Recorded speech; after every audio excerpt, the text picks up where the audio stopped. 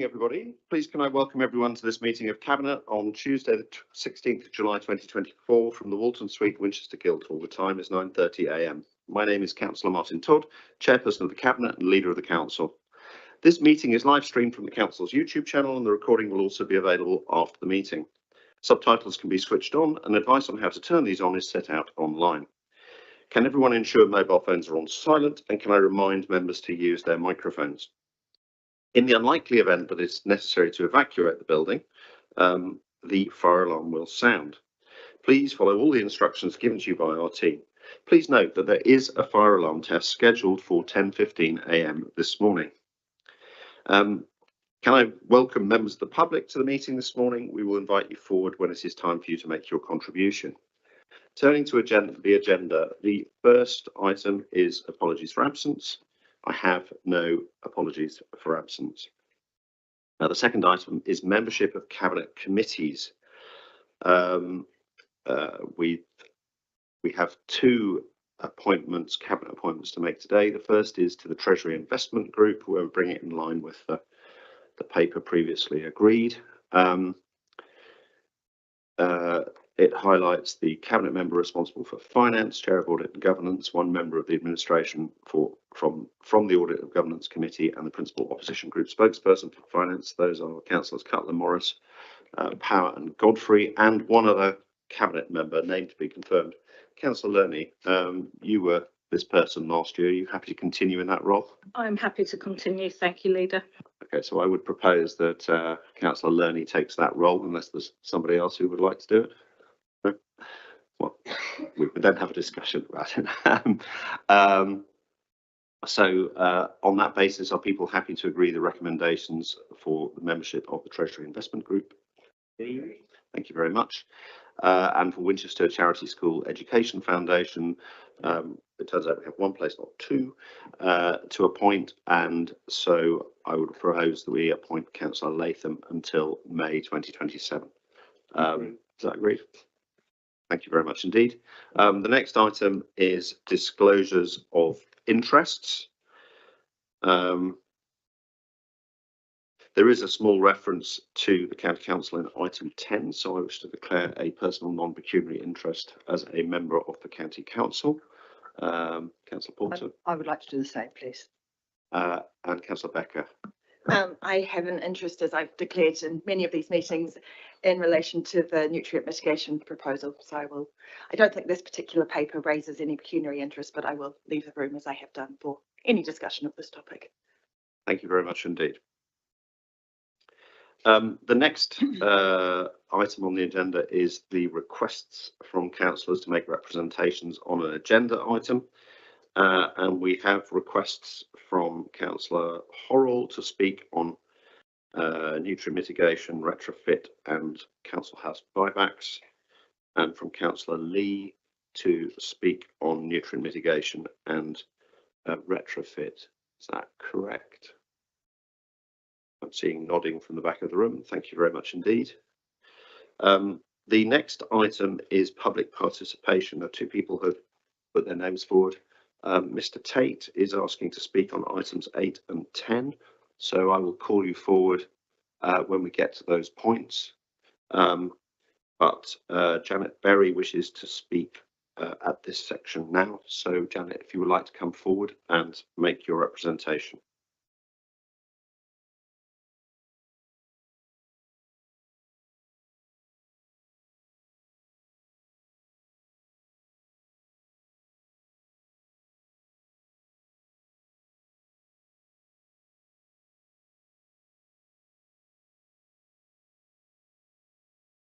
Thank you for the opportunity to speak on behalf of the Highcliffe Community Forum for Action with regard to the Bar End Depot site.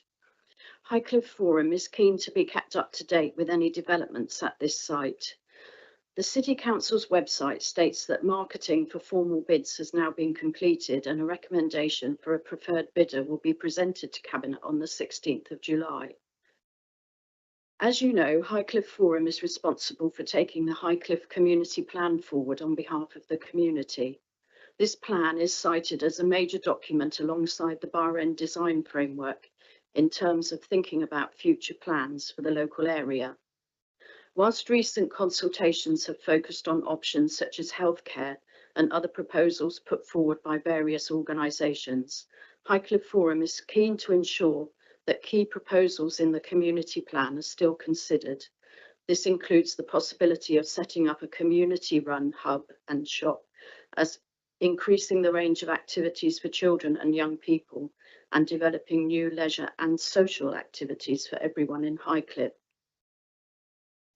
Highcliffe Forum appreciates that the new KGB pavilion includes an upstairs club room which can be hired for occasional use. A community-run hub could complement this facility, with each providing qualitatively different services. A community hub could provide exciting opportunities, particularly in terms of youth-oriented facilities, and could act as a permanent base for a variety of organisations such as the Boxing Club. We understand that the council is keen to try and ensure that there is a food convenience store on the site. The addition of a community hub would help to build a real sense of neighbourhood in the area, something which Highcliffe richly needs and deserves. Lastly, I should mention that Highcliffe Forum is ready to submit a residents' petition about a community hub to the council for its consideration. Thank you.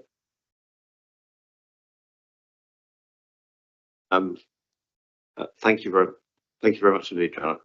And first of all, apologies that the information about when the Bar End depot plans were due to come back to Cabinet. As you can tell, it's not on the agenda today, and the plan is, I think, it will be discussed at the September Cabinet on the 11th. And that will, I hope, and we will, as part of that, address the comments you've made and how any proposal coming forward meets the needs of the design framework, and are also very willing to continue conversations with the community about the best way to ensure community provision and access to community facilities in that area. As you rightly say, I think it's very important that we start by looking at how we can make the most of the new pavilion, and take a wider view of how facilities in the Highcliffe area are comparing to other parts of the city. So moving on to the next item of business, the minutes of the previous meeting. Sorry. Moving on to that, yeah, so can we, Cabinet, do you agree that the minutes of the previous meeting held on the 19th of June are a correct record? Brilliant. Thank you very much indeed. The next item is Leader and Cabinet announcements. Wishes to go first.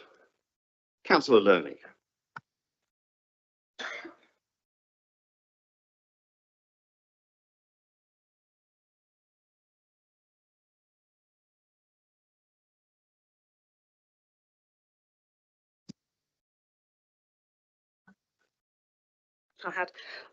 Most of us understand that availability of infrastructure is a major barrier to decarbonising our district, whether it's supplying renewable energy into the grid or powering and heating our homes, vehicles and workplaces with zero carbon electricity. Planning for the energy we need by understanding existing capacity and where more investment is needed is essential for us to move forward at pace. And I am pleased to announce that as part of a pilot scheme, we have been allocated a dedicated person by Scottish and Southern Electricity Networks to work with us to develop our district's local area energy plan, which will help both the council and SSEN plan and resource the strategic improvements in energy capacity and resilience, which will lead to the Winchester district going greener faster. Brilliant news. Thank you very much. Councillor Thompson. Thank you. Yes, I'm delighted to announce that we will be holding our next Jobs and Opportunities Fair on the 4th of September. We have been partnering with the Jobs Centre and hosting these fairs for some time now, and they've all been hugely successful. And we have been welcomed by businesses and potential employees alike. Indeed, at the last one, we saw 250 job seekers come through the door, and a number of those who attended were actually recruited on the day. So, it was really worth doing. This year, we're holding the event at a slightly earlier time in the year to allow businesses the opportunity to recruit in good time and, dare I say it, for the festive season. Yes, it isn't even August and I'm mentioning Christmas, so apologies for that. So far, we have around 50 businesses registered for a stand, and this number is significantly higher than in previous years, which just proves how successful the event has been. And I'm very pleased that we are meeting the increased demand. We are also trying out a new venue this year. The fair will take place at the Middlebrook Centre on Middlebrook Street from 10 a.m. to 1 p.m. So that's all happening on the 4th of September. If anyone listening is either interested in coming along because they're a job seeker, then please pop that date in your diary. Or if you are a business who would like to participate, then please go to our website and register your interest. Thank you very much. Thank you, Councillor Thompson. And Councillor Becker. Thank you. I actually very proud to have two announcements today. The first is in relation to the Winchester Sports and Leisure Park, and I'm extremely proud to announce that the Leisure Park has been awarded an outstanding rating from the National Quest assessment. Quest is the leading national quality scheme for the leisure industry. It's been Sport England's continuous improvement program for over 2 decades. It did a 2-day assessment, and the Sports and Leisure Park is one of only 3 leisure centres in the country to achieve this outstanding rating, so which is an absolutely brilliant achievement for the whole team, both at the leisure centre and here at the council. So I'd like to give my congratulations to them. The second announcement relates to the grant program that this council continues to be able to offer. Following the election, we have reopened, well, we'll be reopening all of the grants for this year. The district small grants are already open. Those are small grants of up to £1,000 for one-off expenditure. The district project grants, which are grants of up to £5,000, they open on the 22nd of July.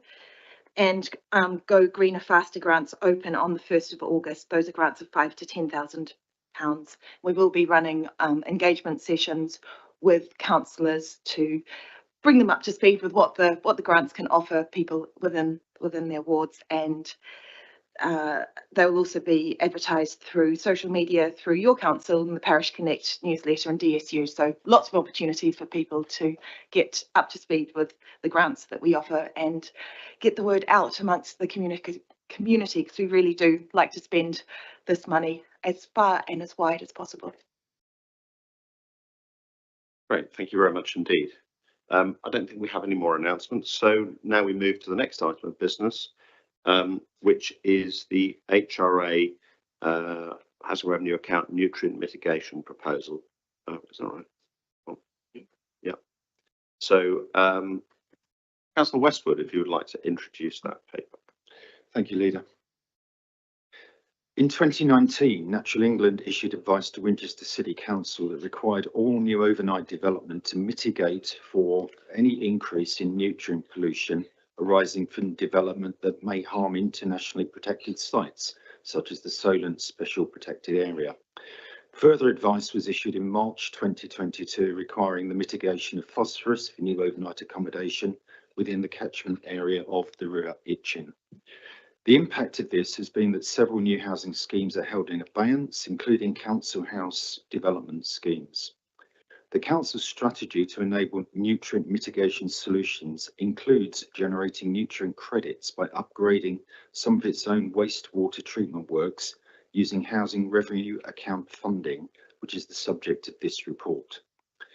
In 2023, Winchester City Council upgraded 2 of its own wastewater treatment works, one of which has already generated both phosphate and nitrate credits. The New Homes Delivery team have used some of the credits to mitigate the council's own developments, delivering more new affordable council homes in our district. Investment in the Winchester City Council owned water treatment works also results in water quality improvements and reduces the amount of pollution from sewage discharge from the 2 water treatment works into our rivers.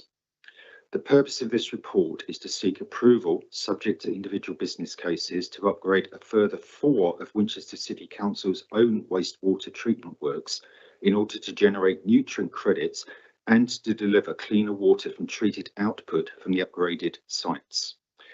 The upgrades will be funded through the housing revenue account, and disposal proceeds will be reinvested into the housing revenue account. Thank you. Thank you very much indeed. Mr. Tate, you wanted to say a few words on this proposal.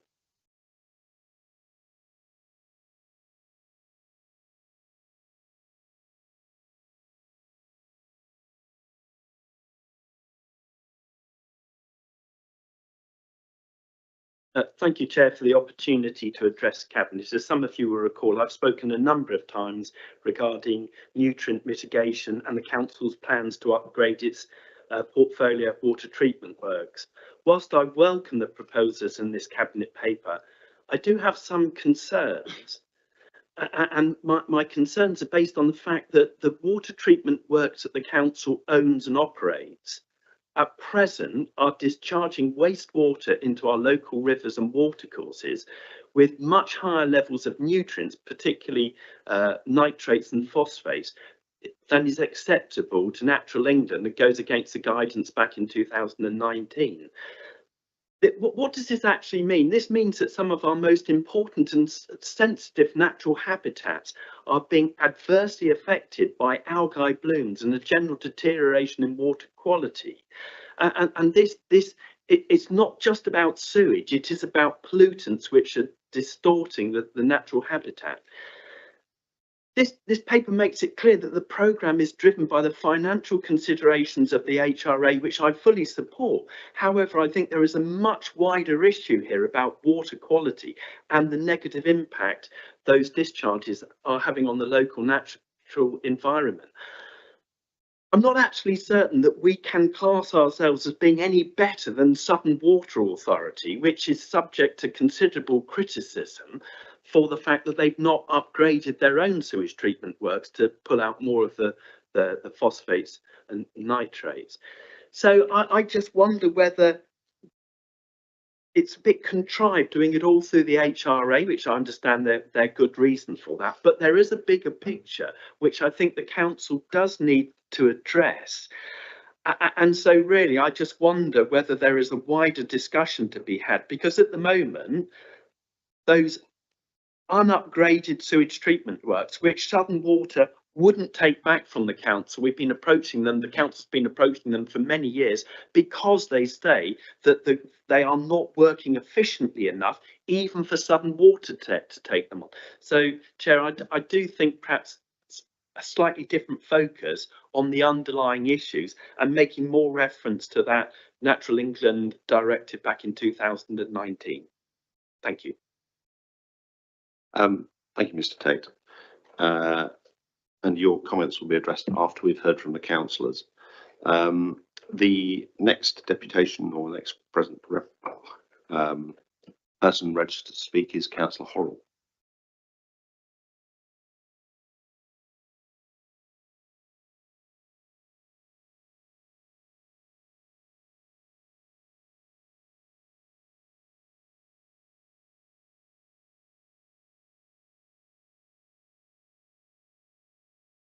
Chair, good morning, and thank you for allowing me to address Cabinet this morning. The project already undertaken to upgrade 2 of our wastewater treatment works to provide nutrient mitigation solutions has been an excellent start, and it's been able to unleash the constraints on the delivery of new homes in our district, which we all value. It is therefore positive that we intend to embark on a project to assess the opportunity to upgrade a further 4 plants. Some clarification on points made in the paper, however, would be helpful. In recommendation 3, Can I clarify, is the list of areas for the utilisation of the credits in priority order? Will we provide credits to our own schemes before we offer them to others in various guises? Can you please clarify how our proposed work interacts with the Partnership for South Hampshire activity? Given just a few weeks ago, there was the potential to make a decision in Purdah, given the urgency as it related to the push mitigation work. Will this diminish the value of our credits, given there will be more available in the marketplace in the time that we're both working on this key area? How many properties have already benefited from the credits generated from our upgrades to date? And how many of our own properties has the first round of work benefited? And how many will benefit approximately from the work that we are now proposing? I'm not sure I understood from the paper how we have actioned the legal mechanism on the first two schemes, given we raise in the paper in 3.3 the whole issue of that legal aspect. I assume that we have done something for the first two, but maybe we're proposing something slightly differently this time. It would be good to understand that, Chair. And will the commissioning of an external supplier to manage credit disposals impact costs and have a staff resourcing implication, given that we're obviously intending not to do that ourselves? Thank you for the opportunity, and I hope that you'll be able to address some of those questions I've raised. Thank you very much, Councillor Horrell, for bringing those points forward. And Councillor Lee, you also wanted to speak on this paper.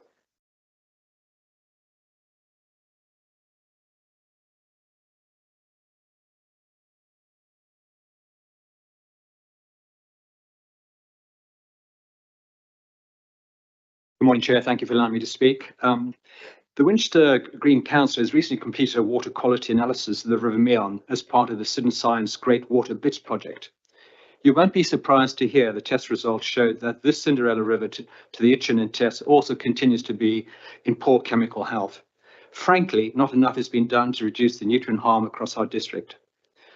I have a concern that our housing nutrient neutrality project might be overlooking the nutrient problem, in that it is not just about wastewater from housing, but also from the other nutrients leaching into waterways through runoff agriculture and existing poorly maintained off-grid private residential sewage treatment plants. We know developers or local authorities will purchase nutrient credits in several ways to offset the nutrient load generated by their projects.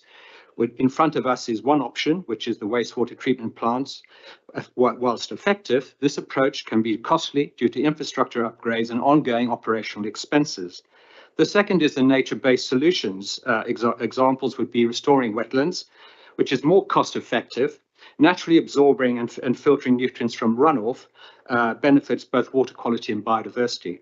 And thirdly, agricultural best management practices. Implementing practices like buffer strips, cover crops, precision nutrient applications to reduce nutrient runoff from farms. While cost effective, of course, requires tricky collaboration and education to achieve best practices. Developers often choose a mix of these methods based on specific conditions and regulatory requirements. So can I ask, is the Partnership for South Hampshire, Natural England and the Local Nutrient Mitigation Fund constraining a more flexible approach? And can something be done to widen the scope for wider benefits? The Cabinet portfolio holder for the climate emergency rightly is on record as saying our nature emergency declaration strengthens the Council's existing policies and intentions and asks us to consider the impact on our natural environment from all our policies before decisions are made. However, I'm not sure without a combination of these other mitigating measures in this housing project, we are fully sticking to this commitment. Nature-based solutions with targeted best land management practices would provide a more cost-effective path towards nutrient neutrality, soften the higher costs for the wastewater treatment plant route with wider benefits. Acknowledging the high priority to protect the chalk streams, the soil and protected waters, especially from phosphorus, and the Natural England rules and mechanisms for determining the hydraulic link between source and receptor, can I ask, what mitigation land opportunities have we looked at, identified in our catchment area? And are there any viable options that could be used for a more all-encompassing nutrient mitigation project approach for water quality and biodiversity protection and restoration, with possible enhancement links to the planning biodiversity net gain regime?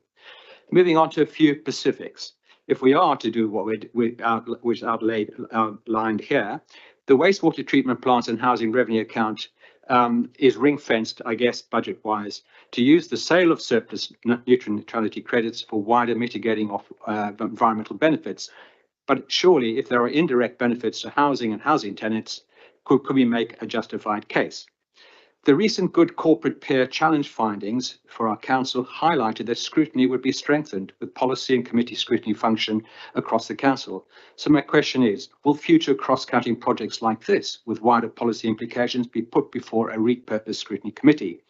Finally, on page 10, it states that some wastewater treatment plants will be in the South Downs National Park, which has implications for how the mitigation scheme is set up.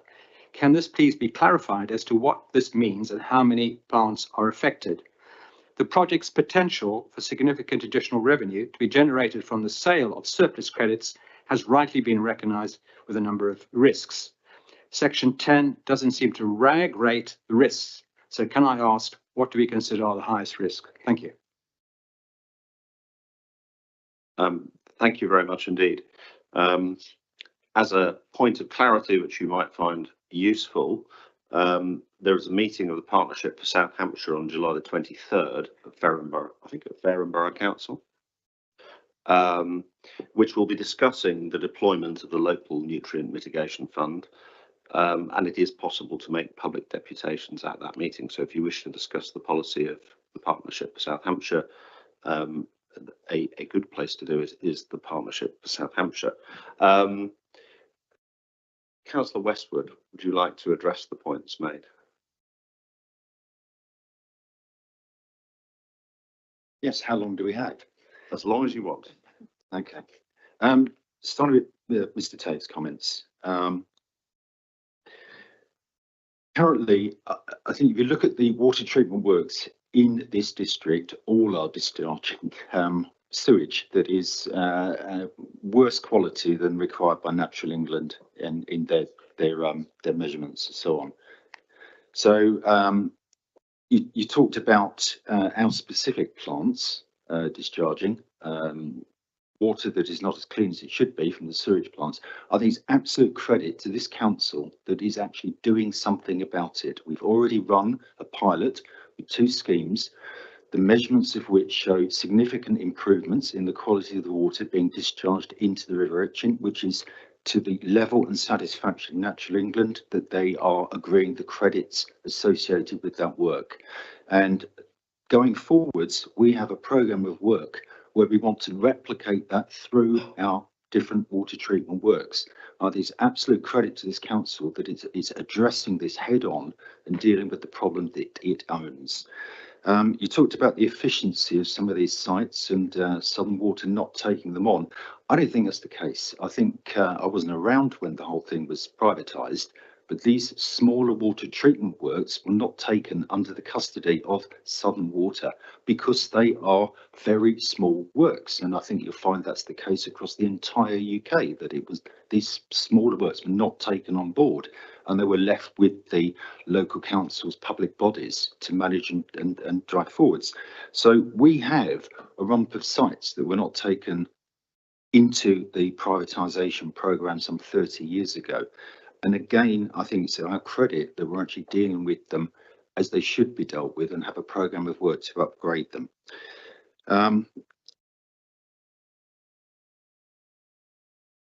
You also talked about this work being driven by a desire for credits.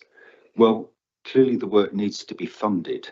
And you know very well how the housing revenue account operates, and the housing revenue account is there to operate for the benefit of the tenants. And we have over 5,000 council homes in this district, which is 1 in 10 homes. We probably have circa 13,000 people living in those homes.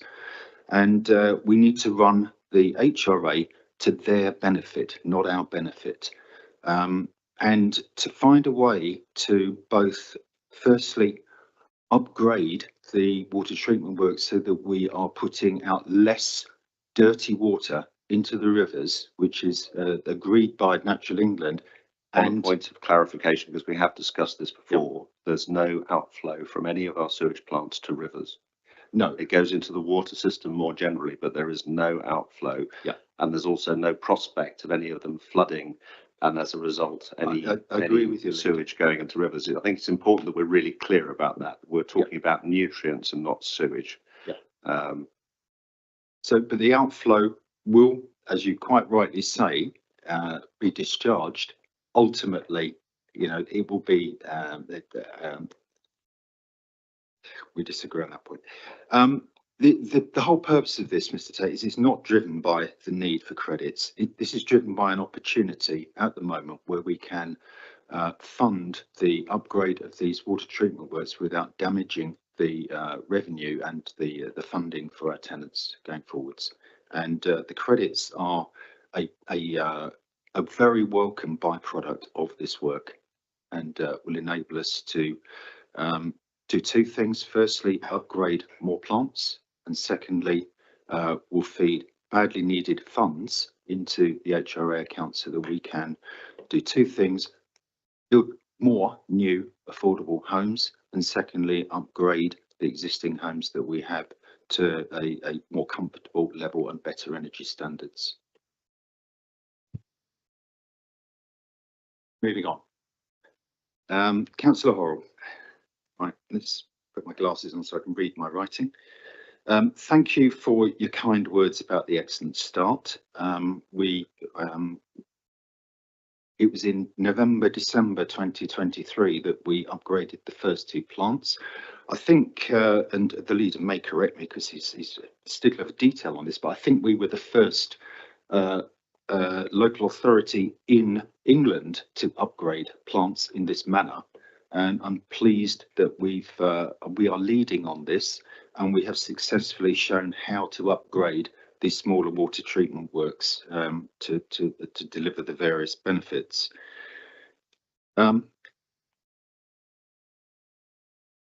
Recommendation 3. Let me go back there.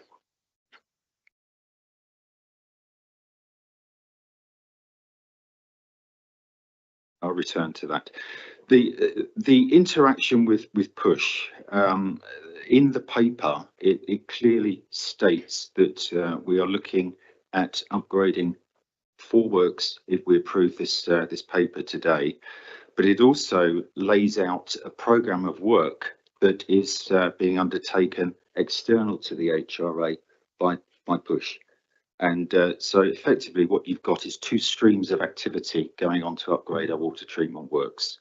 One funded by the HRA and one by Push. The 2 are different streams of activity, and it is not currently our intention to upgrade all of the water treatment works through the HRA funding.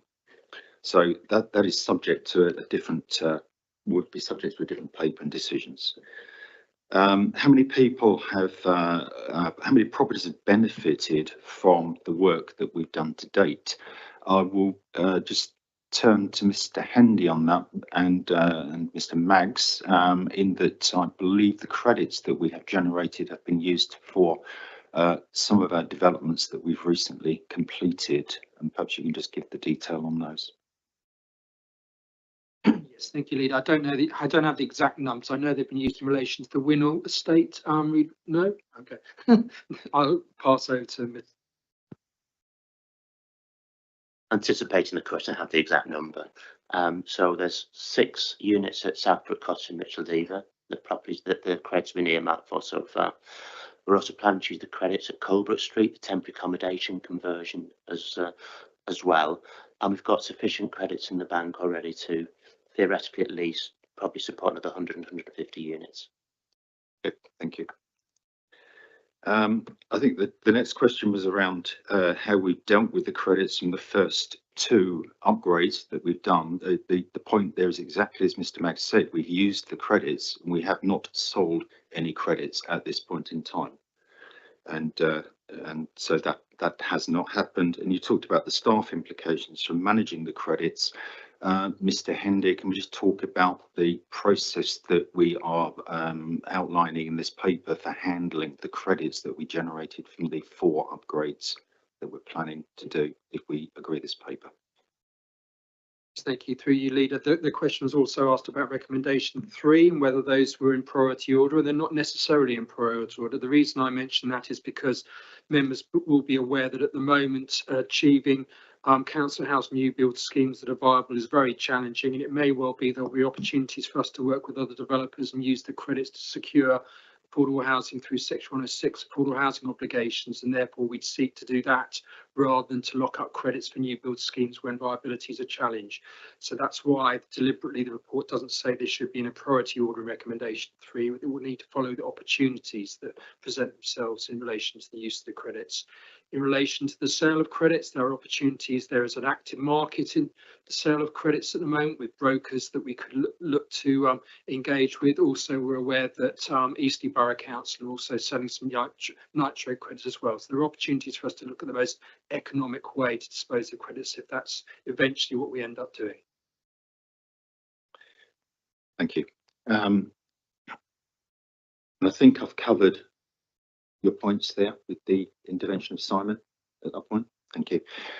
Councillor Lee, I'm going to turn to my colleague who's responsible for the climate emergency in a second, but I'll just pick up a couple of the points. The number of plants in the South Downs National Park, Mr. Maggs, I think you can answer that question. I'm afraid I can't give you an exact number, but what I will say is that a significant number of the plants we're looking at right now, we're looking at 10 plants right now, and probably around 2/3 within the national park area, around that kind of number. All right, we can provide the exact number. We know exactly what the number is, yes. In section 10, you referred to the RAG of the risks, and you asked what I believe the highest risk is. I mean, looking at those risks, the highest risk for us is the finance risk, because this is a market that is volatile, and the value of credits can move significantly in a short space of time. So it's the finance risk. I don't think there's with our 2 pilots and phase 1 that we've done with the 2 sites, there's risk on the technical changes to the water treatment plants themselves, but it's the finance risk. This is why we are cautiously going with small numbers of plants at a time, because we need to plan in a shorter horizon to minimise that risk. Councillor Horrell, Councillor Lerney, maybe you can pick up on some of the more general points. I just think it might be helpful to summarise what is being discussed at the Partnership for House South Hampshire next Tuesday. Unfortunately, I won't be able to go. But Councillor Cutler, who was able to provide detailed information on agricultural questions, amongst other things, but also the wider perspective and knowledge of the Meon area, will be attending. But the Cabinet, the paper that is being discussed there lays out a 9.6 million capital programme. Upgrades to council-owned sewerage infrastructure, which is being led by Winchester City Council, is 900,000 of that. There is 2 programmes to improve water efficiency and reduce water usage in council housing with registered providers. There is a wetland delivery programme at a cost of 1.2 million for the test in the Etchin, which is also being discussed. There is a reduction of intensive agriculture programme at a cost of 6.6 million, which is also on the agenda for the meeting. And then there's a wider there's a small amount of the total sum that is being put into ensuring that there is a proper delivery mechanism for making the most of these particular credits. So in terms of the points you made, about the need for a wider view, looking at agriculture and the use of wetlands in order to tackle the nutrient problem in the Solent and in the Itchen and the Test. That is part of the programme that we've collaborated with our colleagues in Partnership for South Hampshire to deliver. What we're talking about at this meeting today is the specifics of what we will do with our own wastewater treatment plants in order to reduce the nutrients going into our rivers, and how we're able to do that at greater pace and use the money that's coming through in order to deliver that. But Councillor Lerney, you may be able to provide. Yes, thank you, Leader. I think the word emergency is quite important in this context, and I think it's key that we take all the small steps we can along the way and not try and deal with the big picture all the time and spend months or even years developing grand plans when we could be taking small steps. This is a small step in the context of what's needed to do to clean up our rivers and the Solent, but it is a step that is within this council's control and is one that we can take now. So I think it's important that we progress that. As a council, we have very limited land available to look at nutrient mitigation using nature-based solutions, particularly because it does have to be very appropriate. What we do know, however, is that in the private sector, there is active seeking of appropriate land going on. We are aware of discussions with landowners to do this kind of work. And again, I don't see the need for the council to spend our very limited resource intervening in an area where the private sector is actually actively working. Particularly given the scale of time that it will take to bring some of these areas, into a proper use for nutrient mitigation.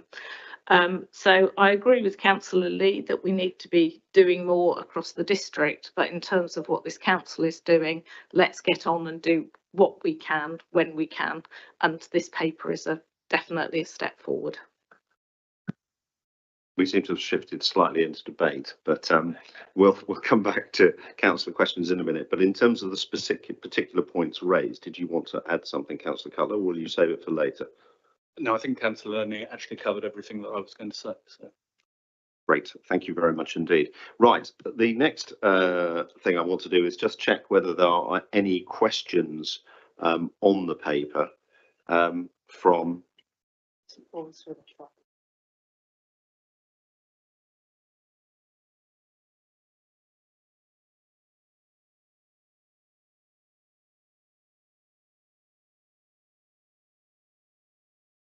While the fire alarm was going, no. So colleagues, do you have any particular points that you wish to ask about this paper?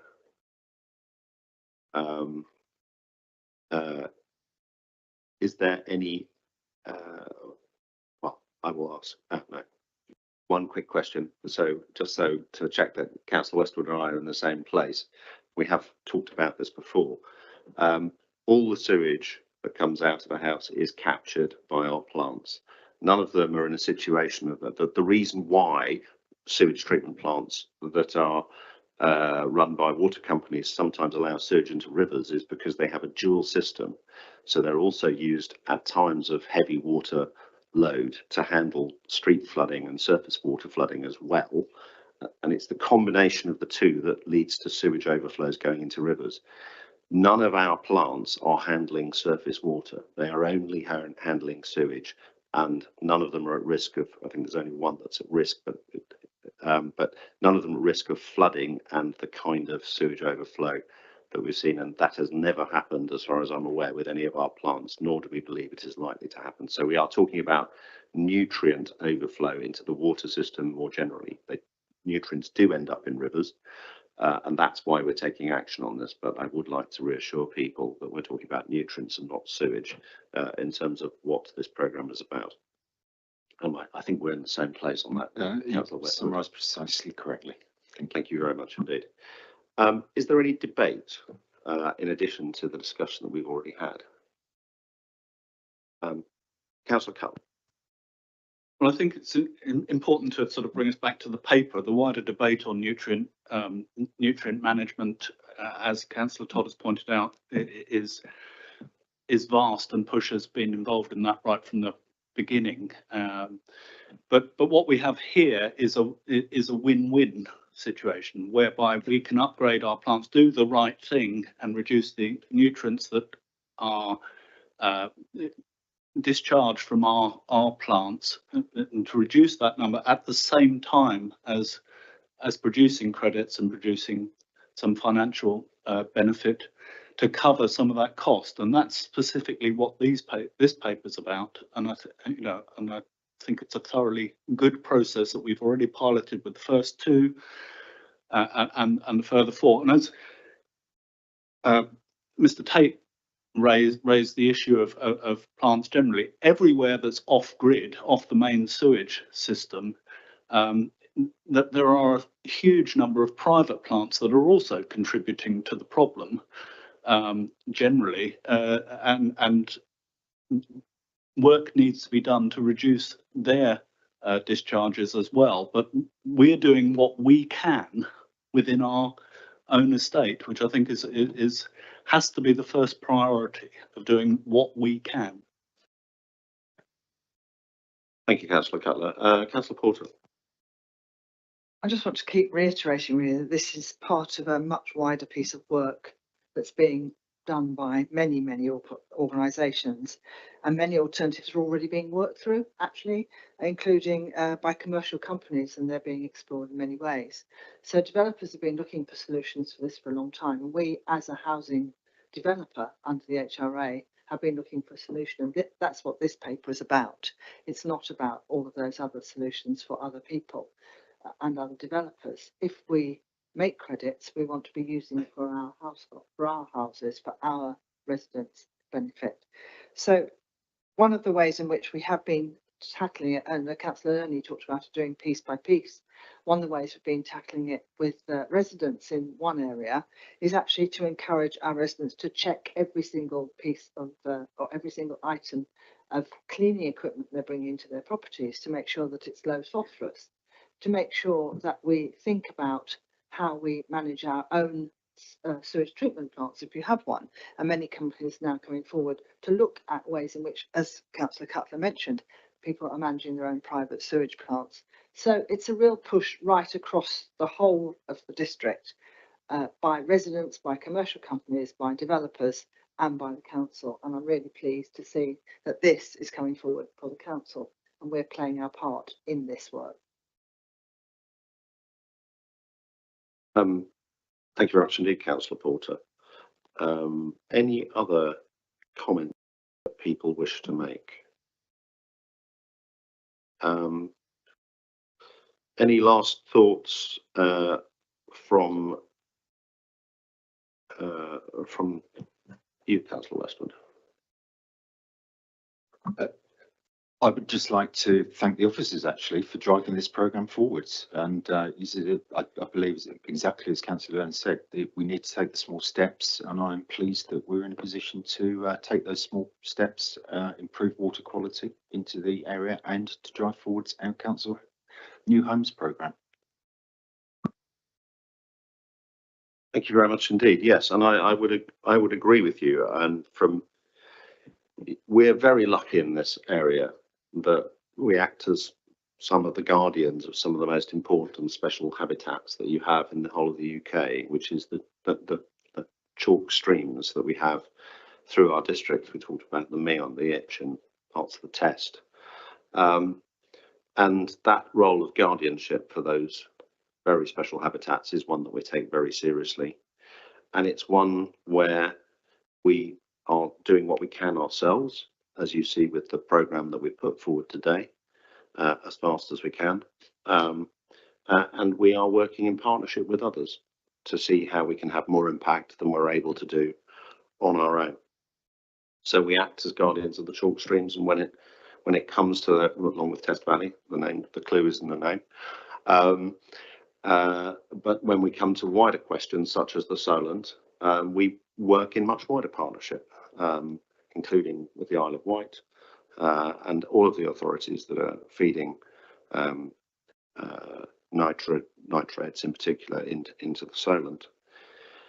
And we're doing that, and we're pushing ahead at a time of policy uncertainty. It's actually been a harder project to keep going with the pace that we would like than we would have liked, because the rules kept changing.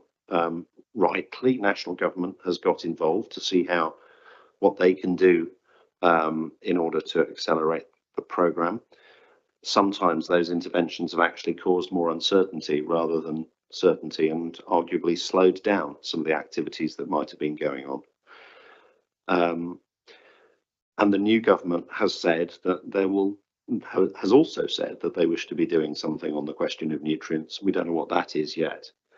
But actually, when we're in a time of such uncertainty, it is particularly important that we crack on and we take the opportunity of the funding that, at least for the time being, is available via the Partnership for South Hampshire, and we use it to drive improvements in our water quality, something that matters so much, but also take the opportunity, which we're able to do through the Housing Revenue Account, of, as needed, unlock affordable housing, ensure that more affordable housing is built in our district, secure in the knowledge that we are not making our rivers worse and our waterways worse and the Solent worse by doing so.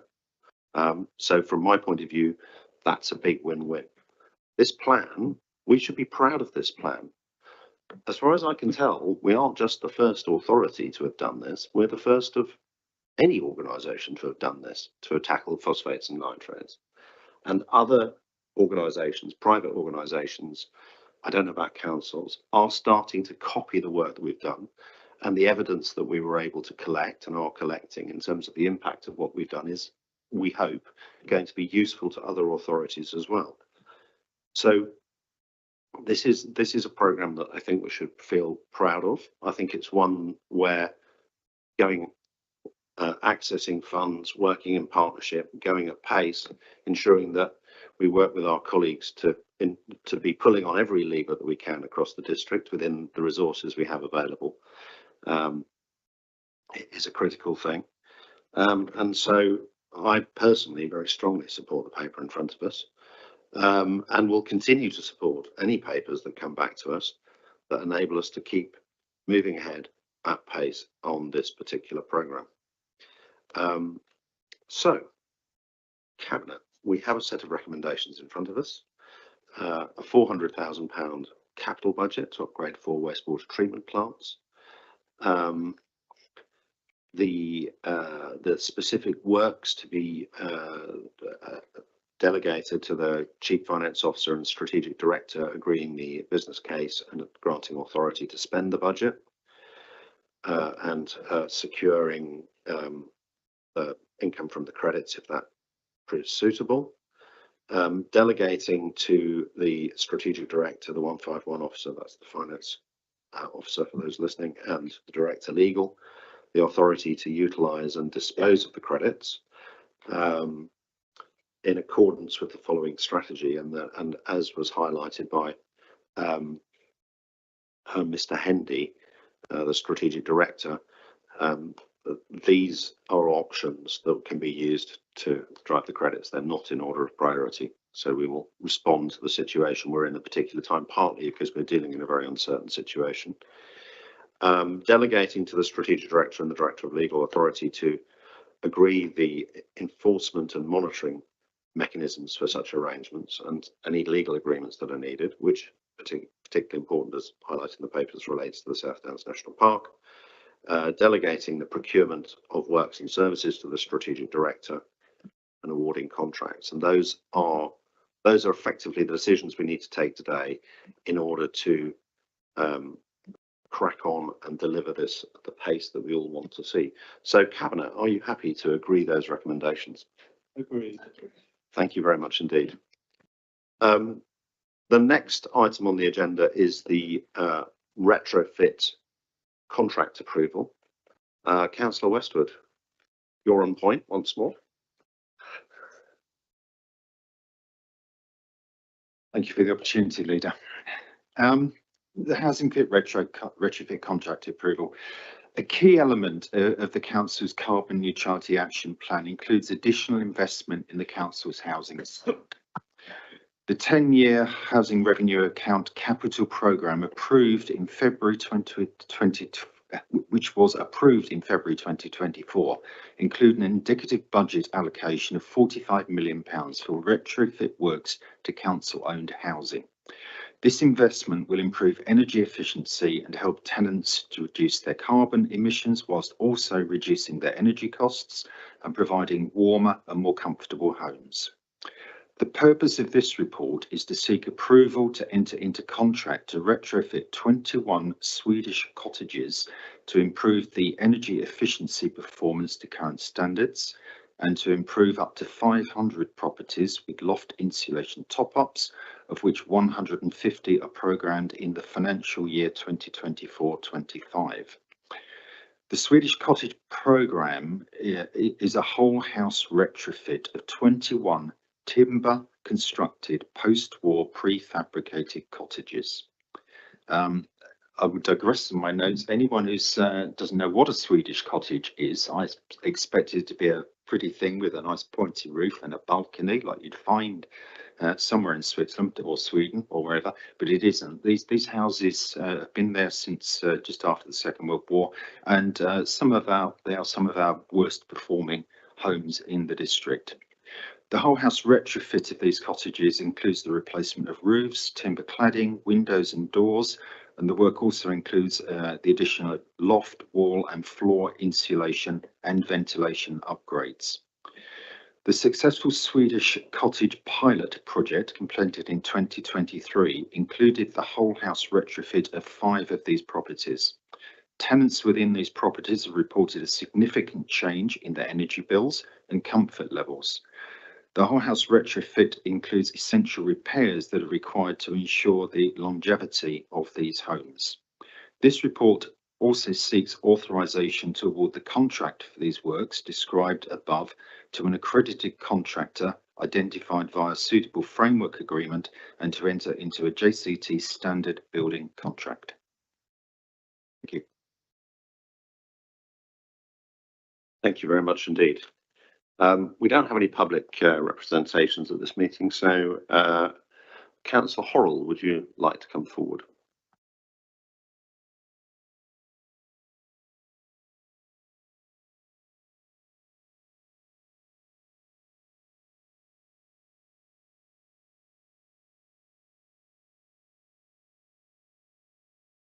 Chair, thank you for allowing me to address Cabinet again this morning.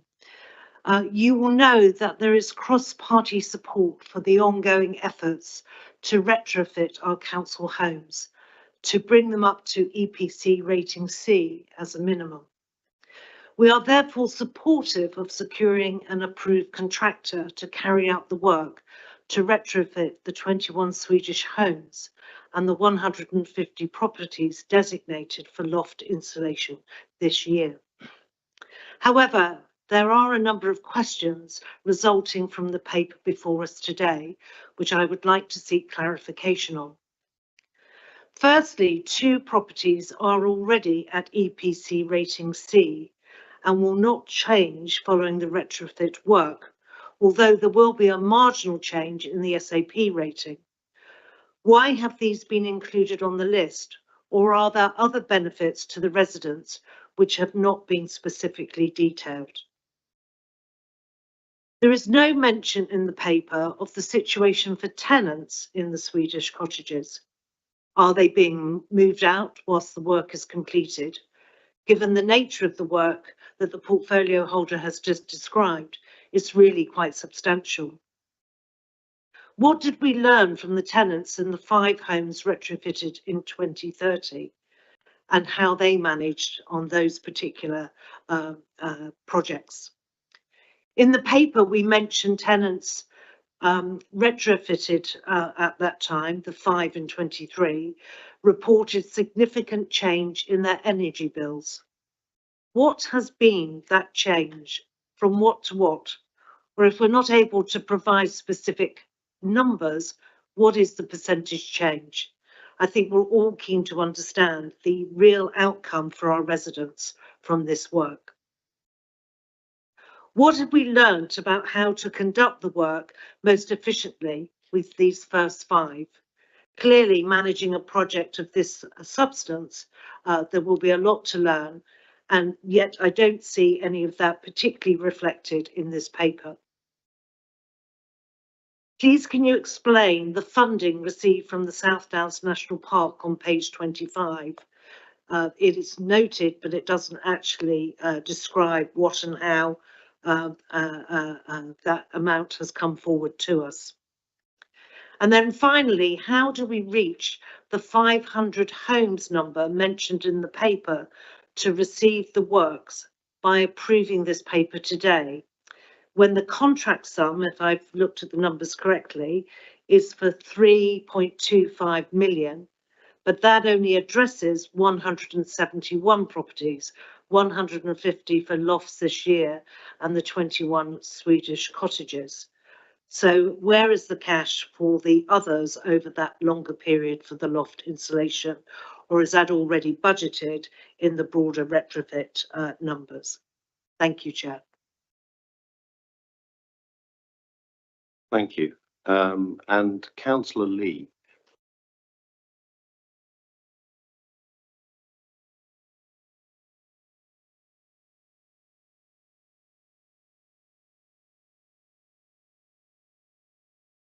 Thank you, Chair. As we know, in the UK, significant proportion of homes require upgrades to meet acceptable EPC ratings. And as of 2023, only 41% of homes in England have a rating of C or above.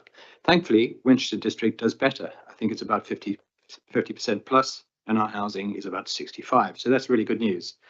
And the importance of achieving these highest ratings is, of course, essential, as has already been said, to improve home occupants' comfort, health, energy or cost affordability. And can I suggest that we should not overlook the issue of overheating. It's not just about warmth. So this investment for retrofit is most welcome. But more pressing, as has already been mentioned, is the high energy use and carbon emissions from the low EPC rated buildings on our environment, and the many barriers in the way to fix this. This is holding back the UK and the Council's push to achieve carbon and net zero emissions for buildings. And let's hope the new government brings real change for the housing industry and the environmental actions that are needed to go faster. The construction sector's 37% of total emissions, with housing emissions contribute about 16%, is an urgent need of better solutions. EPC rating C is too low. And I suggest with peak oil 1 year away, we need to be thinking differently. So turning to the contract, a full council reply to my question on the 30th of November last year about sustainable procurement review in light of the nature emergency and increasing climate change received a reply that there would be a light touch review with respect to the natural environment and ecological impacts to be completed in July this month and a full review this year. So can I ask if the light touch review has been completed to inform how these contracts before Cabinet today will be let? And can I ask if we're on track to complete the full review for finally letting these contracts? And I note for the first time in the listed background documents reference to the nature emergency declaration, which is really good news. However, I suggest in future para 7 needs to reflect the widest aspects of the declaration for buildings and homes. There is no mention of whole life carbon emissions, and yet we know the route to net zero must include consideration of both operational and, where relevant, embodied energy and carbon plus biogenic carbon. I look forward to the local plan highlighting this, as I know that's something that we're looking to do. As discussed with the housing portfolio holder, it is recognised using natural insulation materials does create some affordability issues for us, which if fully adopted might mean an upgrade of fewer homes. Of course, a difficult decision until costs change, along with appropriate material thicknesses and volume of insulation products. A quick look analysis of our putative contractor, Synergize Limited, projects suggests their retrofits incorporate high carbon and embodied energy insulation materials, with no evidence of use of natural insulation materials. So can I therefore ask for assurance we'll be seeking flexible conditions in the retrofit contracts contracts for use of these materials when the market conditions are favourable.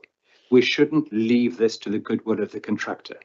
Can I also ask if a pilot study might be conducted in one of our retrofit properties with low embodied energy and carbon materials?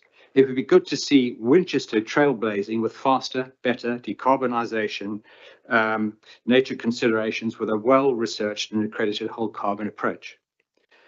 And can I ask if the housing team have also considered the new evidence promoting fabric fifth approach for retrofits rather than adoption of the constant fabric first mantra? The Retrofit Academy new data from Octopus Energy highlights an option for faster decarbonising in appropriate buildings. Similarly, the Chartered Institute of Building Services Engineers has new data about how home boilers evaluations for the viability of installing heat pumps indicate no changes needed for existing radiators or fabric in 31% of dwellings, whereas previous analysis using surveys found that these upgrades are almost always needed. So can we future-proof our contracts and not just rely on business as usual and hope for contractors' diligence of observation and change of practice? And can I remind Cabinet, peak oil beckons. We don't want expensive stranded assets with the many outdated technologies in our housing stock or higher energy bills for our tenants. Thank you.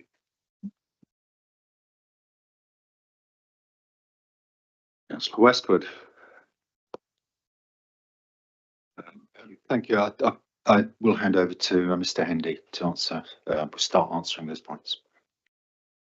Thank you, Leader. I can answer some of those questions, and with your permission, I'd like to invite our retrofit manager, Prashanta Burbage, up to answer some of the more technical aspects of it.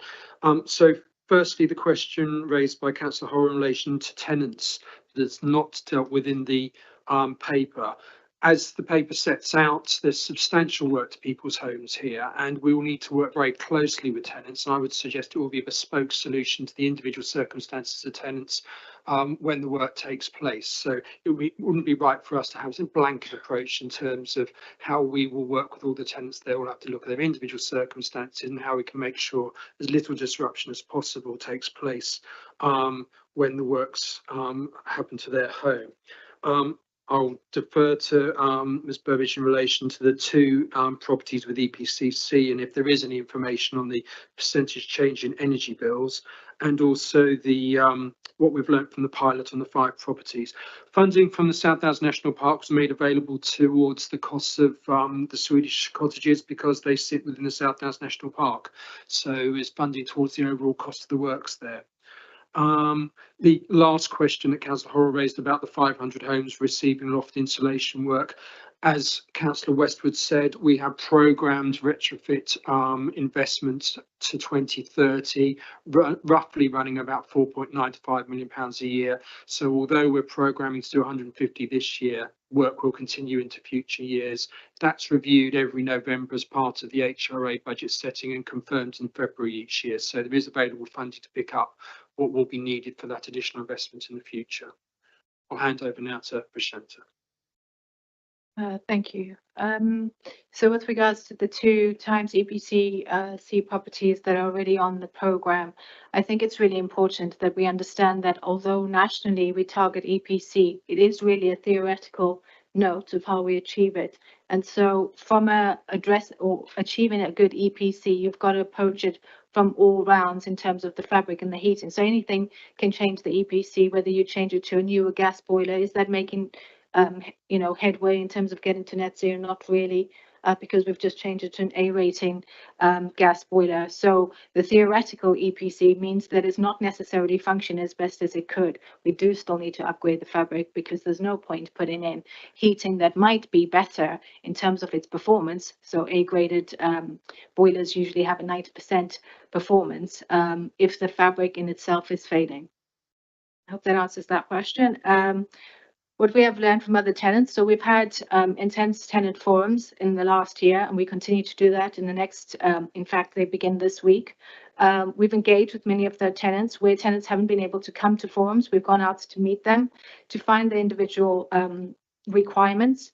And we've taken with us questions that we put forward to tenants that were willing to engage with us on the pilot tenants usually stay in situ, but we give them support where needed if the work is going to impact on their personal issues or dealings. We also provide individual support in terms of whether there's options for them in terms of the work being taken place and the timing of that work. We were able, I think from all the tenants that we've spoken to, the ones that were happy to engage with us, who have had the work done in the pilot, it was very much a case that the work was very welcomed and they were very happy to deal with the disruption because of the outcome. In terms of the percentage change in bills, so there were a couple of tenants on the previous pilot where they were afraid to actually run their heating due to the high bills. It was, estimated that, I don't have proof of their bills, but it was estimated that 3 months cost them over £900. They've now come back down to about £125 a month. So that has been brought down significantly. And we're still working with those tenants in terms of making sure that they're heating their homes correctly and that the heating within their homes where they were already there, and we haven't changed their heating, that they're working as efficiently as possible. Simon's addressed the SDNP, so it was Section 106 funding from the South Downs National Park, which new homes couldn't use at the time frame, so we were able to apply for that funding. And Simon's addressed the cash flow and budget for the 500 homes.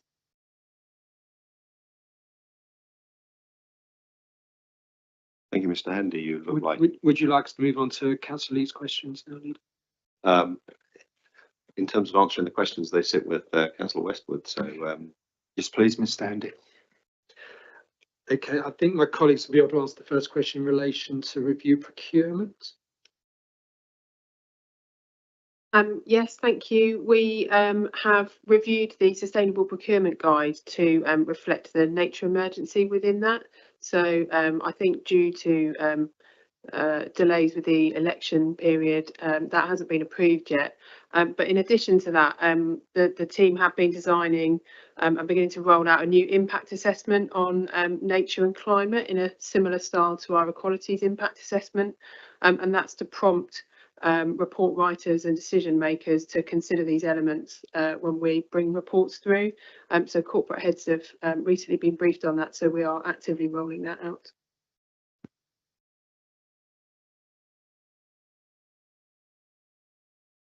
thank you very much. Any other points you wish to address that were raised? We covered them all.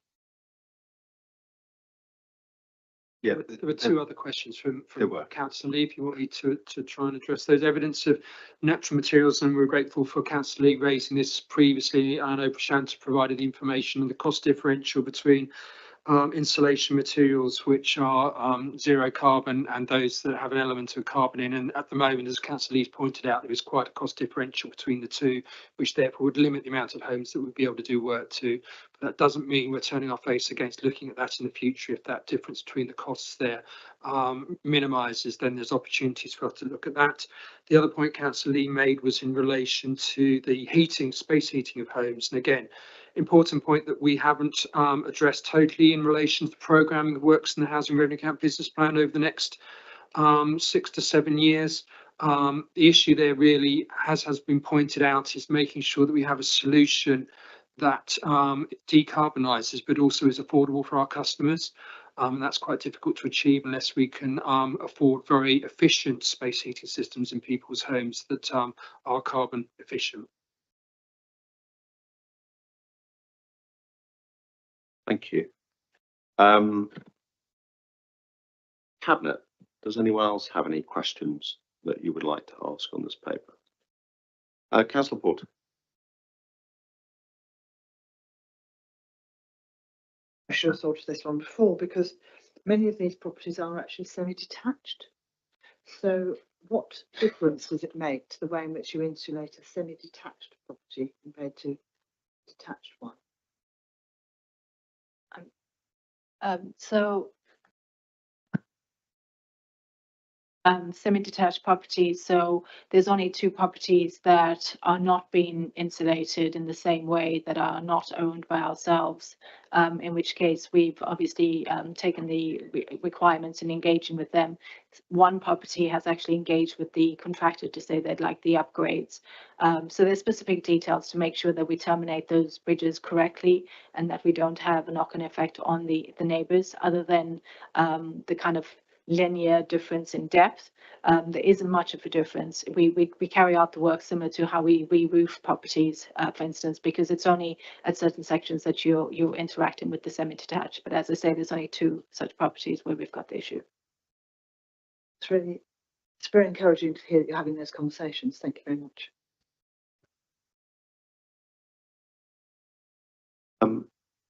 Councillor Becker. Thank you. Just a question on priority. How do we prioritise the tenants living in these properties for determining who gets their property done first? Is that a council decision? Will that be the responsibility of the contractor? How will that decision be taken? So the delivery of the 21 Swedish cottages were supposed to be done over 2 years, but because of the certain funding requirements, we had to move them to delivery of this year. And because of the scale of the project, a lot of them had been done in linear delivery. So they're not necessarily one property at a time. There's tradesmen moving in areas to the same properties within that area. So it's not necessarily that they're going to be waiting a year or 2 in order to get their property done. The 21 should be finished by year end or slightly over that. Is that correct? And any other questions? I've got a quick question, which is I'm quite keen to understand what is the plan to learn from what we're doing and publish those learnings so that other people can reapply what we might have learned. You know, if there's another council somewhere with Swedish cottages, it would help them put the business case together if they know what the results of our case are. So I just wondered what learning and evaluation program is in place, and have we looked? I know some of our universities are interested in making sort of PhD students available or other people to provide a sort of academically publishable evaluation of these kind of programs. And I just wondered if we've looked at that. Not particularly, but we recently got approval for additional staff members that will be looking at strategizing and looking at comms and looking at bringing that evidence to the forefront so that we can begin to compare notes and begin to share our learnings more publicly. Okay, thank you. Cabinet would debate. Does anybody have any comments they would like to make on this particular plan and programme? Just very quickly to say, I grew up in New Zealand in a timber framed property. They are freezing cold in New Zealand in winter. I cannot begin to imagine how cold they are here in winter. So I can just imagine what a change this will make to tenants' lives. So thank you. I completely support this project going ahead. I can't speak. Thank you very much indeed. Councillor Lerney. I did actually live in a home in Sweden in the 1970s, which was a timber property. It was beautifully warm at all times because the Swedes actually do know how to insulate these buildings, but they also operate in a much drier environment, which makes timber a much easier material to use as opposed to a dank, wet Britain. I very much do welcome this paper and particularly dealing with those properties that have the lowest energy performance. I think it's important to recognise that probably it won't be that long before we'll be told that we're not actually allowed to rent properties with that kind of energy efficiency to tenants, and that we have to do something about it. So I think it's really good that we're getting ahead of the curve. And again, it's taking all those little steps which take us forward. I think we do recognise that some of the thoughts about what the best interventions to do are changing. But I think it's also important to recognise that right now the grid is not decarbonised. We tend to think of electricity as a carbon-free fuel. At this point in time, it's not. I really welcome the new government's commitment to decarbonising the grid by 2030 rather than 2035, which was the previous commitment, which will definitely change our thinking. But it is important that we again, as in the previous paper, get on with what's in our control, and I very much welcome the impact this will have on tenants' energy bills. Councillor Westwood. Thank you. And there is another dimension to this, and that is the people. And you know, I've been out there and I've spoken to those people on their doorsteps. They love living in those houses in that area. And it's only, you know, yesterday afternoon that Councillor Horrell and I were talking about the people there and the fact that investing in these upgrades of these cottages in place there with these tenants and working with them preserves the community in Mitchell Delver as well. And that is so important that you giving continuity to people's lives, their friendships, and so on, and their neighbours, and enable them to live in a place that they love living in. So, you know, I'm really pleased to be able to bring this paper forwards and to hopefully get this agreed that we can move forwards as in the paper. Thank you very much indeed. Yes, I mean it's great. We had a paper that's talking about cracking on and cutting phosphates and nitrates in our rivers. Now we're having a discussion about cracking on and cutting carbon and cutting bills. But I think there was something that Burbage said, which I think was worth mentioning, which is actually it's not always about cutting carbon and cutting bills, because sometimes people have been choosing between heating and eating. And actually they've not been heating their homes and they've been living in cold homes because they're not insulated properly. So we may sometimes not actually be cutting bills because people have done that for themselves. What we're enabling is for people to live in a warm home who are financially stressed. And that is also really important as well. You know, I think Councillor Westwood is absolutely right to say at the heart of this are our tenants, are the people who are living in these homes. And cutting carbon is important for all of us. Better insulation is important for them. And I'm really pleased that again that this is another one where we're cracking on and making a real difference to people's lives in this district, as well as doing what's right for the planet. So we have 4 recommendations in front of us. To approve up to 3.25 million of HRA capital expenditure using the existing budget for the retrofit 21 Swedish cottages and up to 150 loft insulation top-ups and associated works. Delegating authority to the Strategic Director Services to be authorised and award and enter into a standard JCT standard building contract to do this work.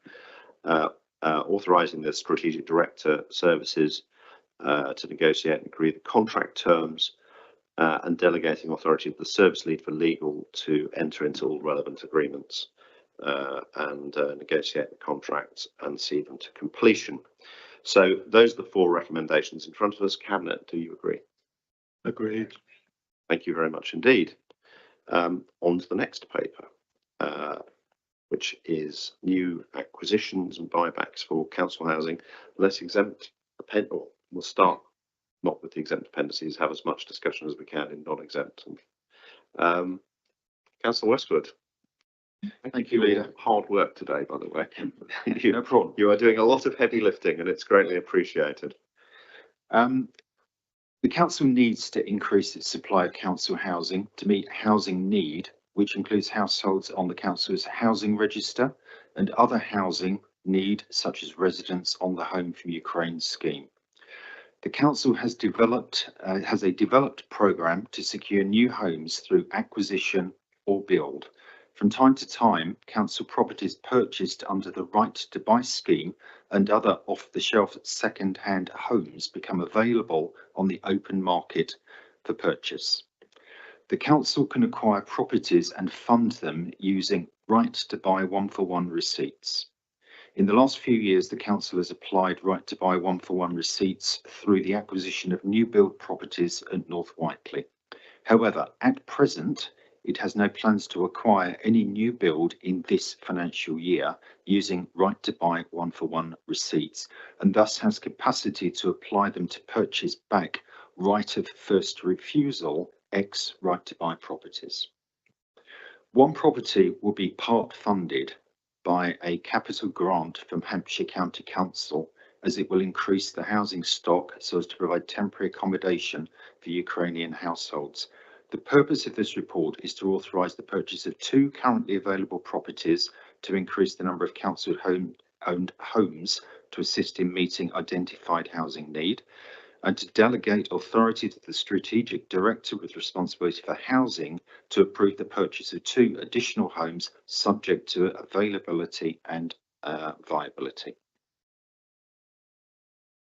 Thank you very much. We have 2 people wishing to speak on this paper. Mr. Tate, would you like to come forward and make your comments?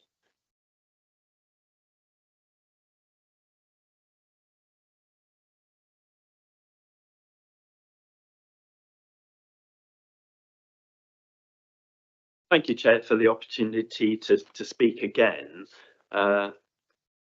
Whilst on the face of it, this paper does make sense.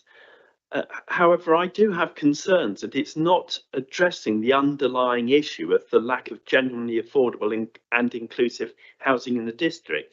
The paper itself, clearly, because there's an exempt section, I'm not party to all the details, but the council buying back houses off the market, particularly ex-council houses, actually this depletes the stock of less expensive and therefore more affordable housing in the district for those who wish to buy rather than to rent, or their priority for renting if they're on Hampshire Home Choice is, as the paper describes, quite remote.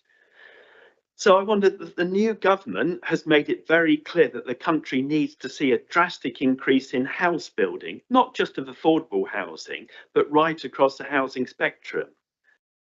This paper itself is only just transferring ownership from one person to another. It doesn't increase the quantum of houses.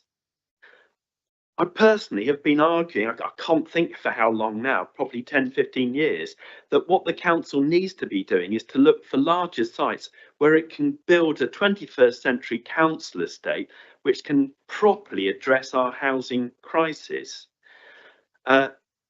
Although we're getting houses through Kings Barton, the delivery of affordable housing through that mechanism is dependent on the developer maintaining the premium for their open market housing. So it's an ineffective way of delivering housing.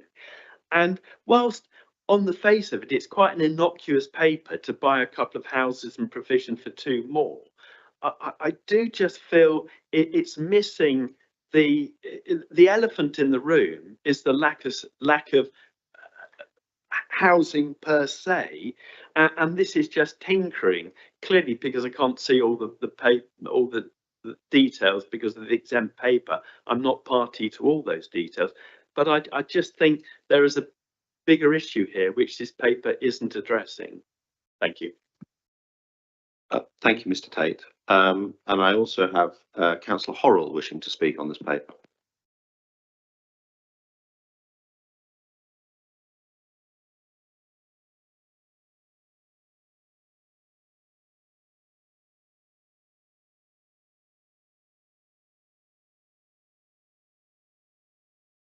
Chair, thank you once again for allowing me to speak on this final paper. As you know, we support the council's objective to grow our council house stock and to continue to pursue the 1,000 new homes objective. In theory, we're in support of the paper recommending to purchase 2 additional homes, and also the opportunity to buy back HMOs and return them into family homes again, and also support reinvesting right to buy receipts. However, this paper is confusing in several parts, and your clarification on a number of these matters would be really helpful. In the recommendation, are we purchasing 2 properties or 4? As there are 2 different numbers in recommendation 2 and 3. The majority of the paper talks about 2 properties, but the number 4 pops up on recommendation 3. We talk a lot about the HMO strategy, and as I said earlier, we are in support of that. But are both properties currently identified HMOs, and is that really the outcome or just one? In section 1.2, we mention the need for temporary accommodation for Ukraine, and later in the paper 2.4, we mention one property will be part funded by Hampshire County Council. So I'm not sure what we're actually buying. Are we buying 2 properties to add to our general needs stock, or are we actually allocating one of these specifically for Ukrainian households and identifying it for that temporary accommodation? I'm not saying that's wrong, it's just not clear here what is the overall strategy.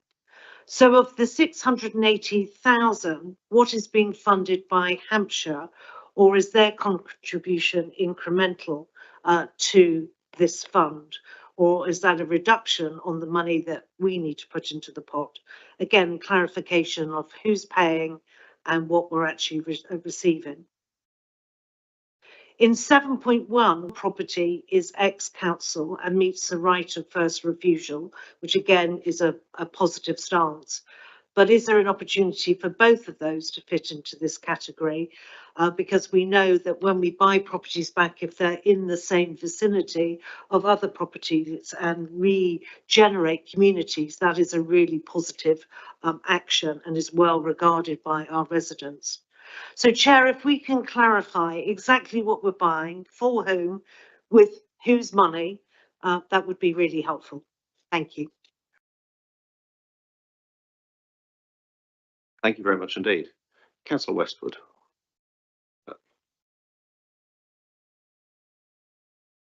Thank you, Leader.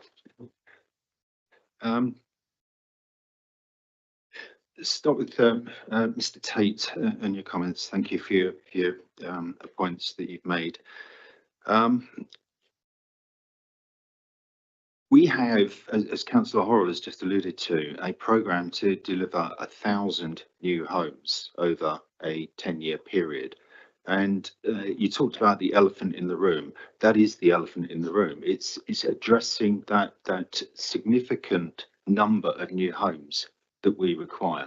It was clearly laid out in the budget paper in February this year, for this financial year, that our ability to build our own properties in the current financial environment with the current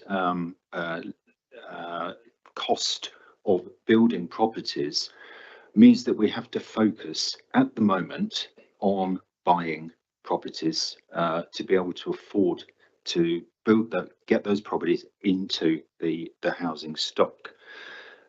This paper does not address the bigger issue, and that is addressed by our wider New Homes programme. Another point is that we need to use the right to buy receipts, and you well know that if we don't use those receipts, then we lose those receipts. So we have to have a way of spending that money or lose the money. In this particular, you talked about the government wanting significant new housing. I come back to my point about we would love to build significant numbers of new council houses, but in the current financial climate, that is difficult to achieve. So we have to do it in a different way. This paper is seeking to use the right to buy receipts to deliver on a strategy that we've agreed in February as a strategy that we wish to take forward at this point in time. Now, and that is the purpose of this. I'll address Councillor Orwell's points about exactly what number of houses in a second, but this paper is there for us to move forwards with our buy, not build strategy at this point in time. I await with interest the announcements in the King's Speech on how the new government will help organisations such as us to significantly speed up and deliver significantly larger numbers of new affordable homes in our district. But at this point, I can't address that because that's not been announced. So I don't think this is tinkering. I think this is a route forward, a sensible route forward at this point in time to use available funds that we have available to bring in new homes into our portfolio. And it is, I come back to Councillor Lerner's point, that we take the steps that we can take, and these are steps that we can take at this point in time. In terms of questions from Councillor Horrell, is it 2 or 4 properties? It is 4 properties. So we have 2 properties that we have identified at this point in time, and we're looking to purchase those 2 properties and move forwards now. We're also looking to give delegated authority to the strategic director for purchasing an additional 2 properties later in this fiscal. And should those properties become available and should those properties pass our viability test.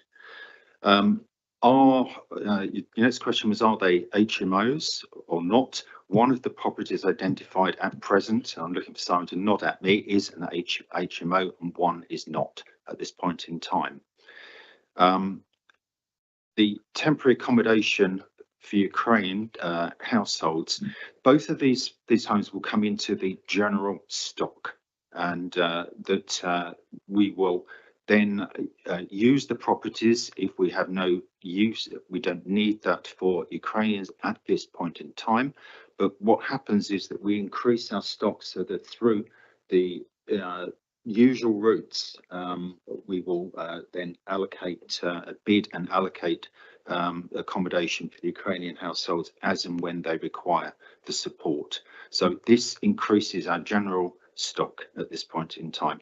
How much is being funded by HCC? I need to ask whether that is something I can discuss in open forum or not. Mr. Hendy, the value for that is, if you're able to, sorry. Thank you. They're funding £80,000 towards one of the purchase of the properties. Okay, so it's £80,000 is being supported through Hampshire funding for one of these properties. And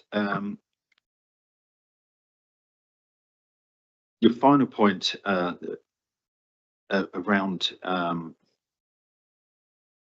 buying back, can I just clarify your final point, Councillor Horrell, which was a point about buying back and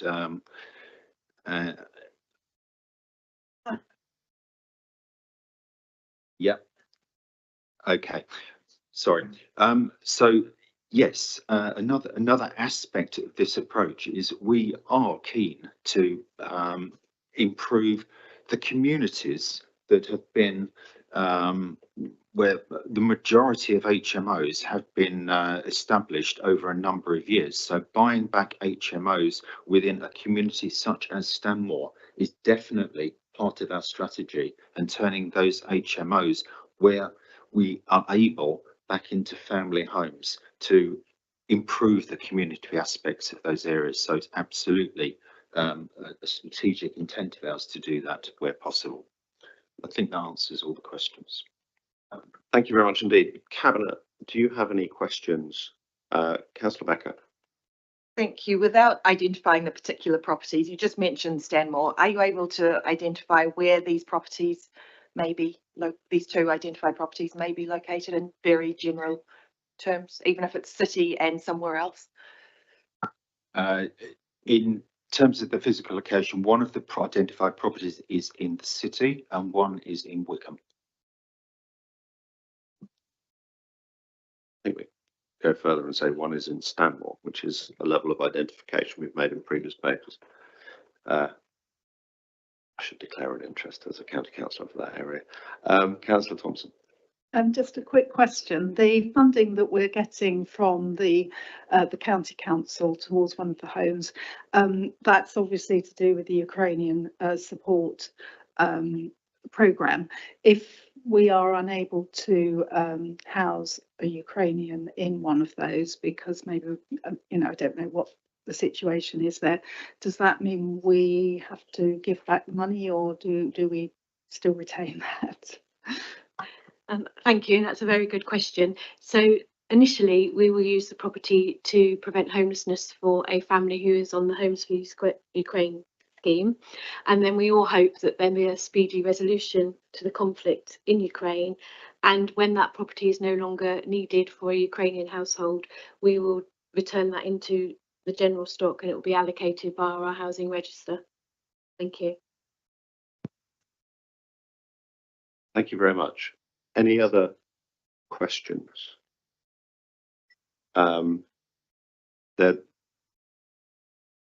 There is an exempt paper and it has changed today, so we will at some point need to go into exempt to discuss the details of it. But that aside, would people like to make any comments on the general principles of the paper in front of us? Councillor Thompson.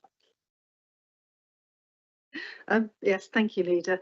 I really am in support of this paper. I'm very pleased to see such a proposal being brought forward. Many years ago, in a different life, I did represent Stanmore, and delighted to hear that we are seeking to buy back those HMOs. It was something that I have long been calling for, and I know it will be very much welcomed by the community. So very happy to support the paper. Thank you. Thank you, Councillor Porter. Thank you. A few years ago, two neighbours actually living next door to each other actually shared with me how much it cost to rent their homes. They were identical properties, and one resident paid their rent to Winchester City Council and one paid their rent to a private landlord. And one paid an amount which was almost double to the private landlord what he'd paid, what the next door neighbour was paying. And they were saying that it was ridiculous and they couldn't afford it. And that stuck with me actually for many years, because not only did they pay double, they weren't certain whether they would have that home at the end of the year. And that security of tenure was affecting them so much that they felt the need to buy a property, even though it wasn't the thing for them to do at this point in time. So when these properties are rented out to an applicant through the Hampshire Home Choice, the home they rent has complete security of tenure. And I can't underestimate that, how important it is to someone to have that security of tenure and the cost of living there that are affordable, and Winchester can provide the support to make sure that tenure remains with them. So there is a definite market in Winchester in the general public and commercial companies taking advantage of the relatively lower costs of buying an ex-council property. And we do see this often, and we've seen it in the HMOs and we've seen it in other housing. And they're often re-rented out, and I'm not taking away the need for someone to buy an ex-council house. They're often really well presented properties. But it means that people are paying that differential in rent, which their running costs for those people who live there is often more than they can really afford, and certainly more than they can save any money for. So I'm really pleased to support this paper, because work like this ensures that we can address the housing needs at the same time as reducing risk of the need of temporary accommodation created by in many cases, just as I've been describing. But also then we have sufficient temporary stock to manage the issues of potential homelessness. So not only that, it helps people, it helps their homelessness, but it also helps our council finances, because we know that homelessness can cost us a lot of money if we can't address it in our own homes. Thank you, Councillor Porter. Any other debate? I think it will be, for just sort of due diligence, we are going to have to take a short period in exempt. It will be quite short, because we're just going to be looking at a spreadsheet and understanding what's changed in numbers versus what was published in the original papers. But we will need to go into exempt session to consider that information in the exempt appendix to CAB 3468.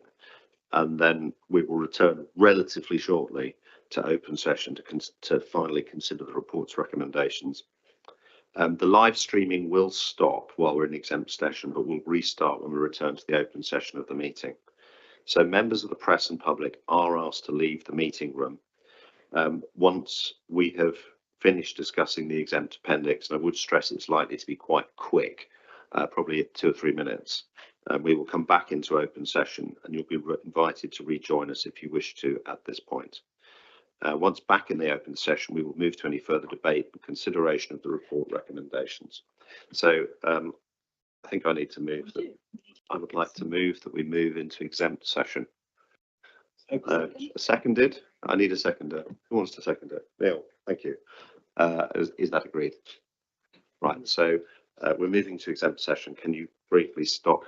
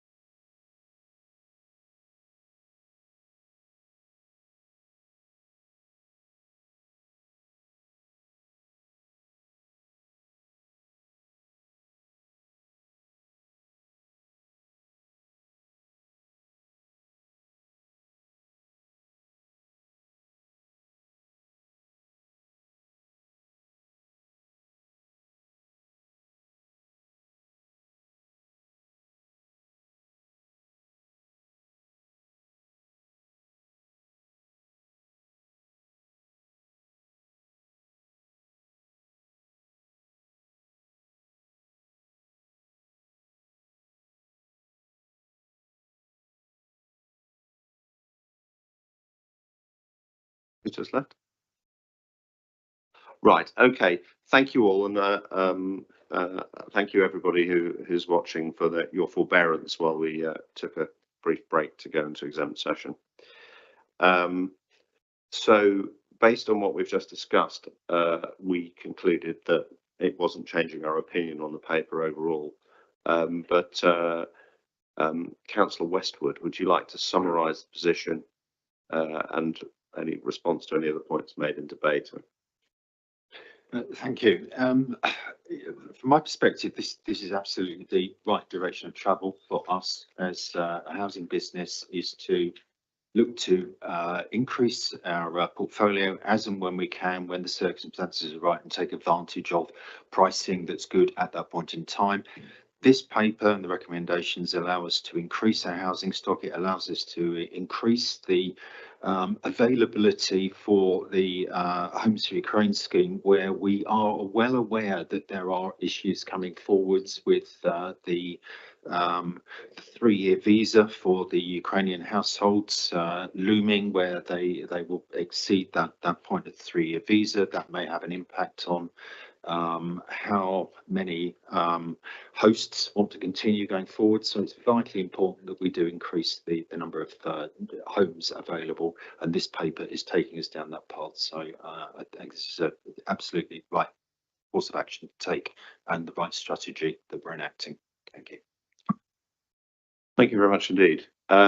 Yes, I completely agree.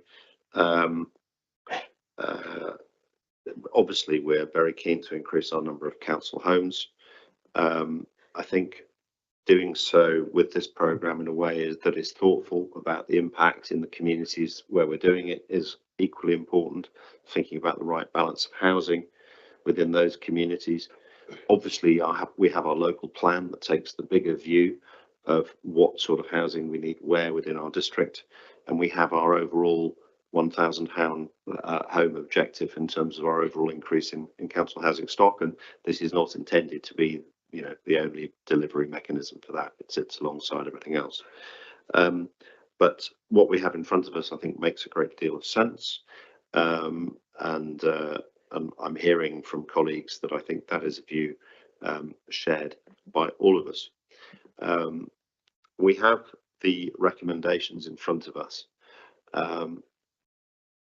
So first recommendation is to approve HRA capital expenditure of up to £680,000 for the purchase of two properties with the associated costs and their identified properties that are outlined in the exempt appendix.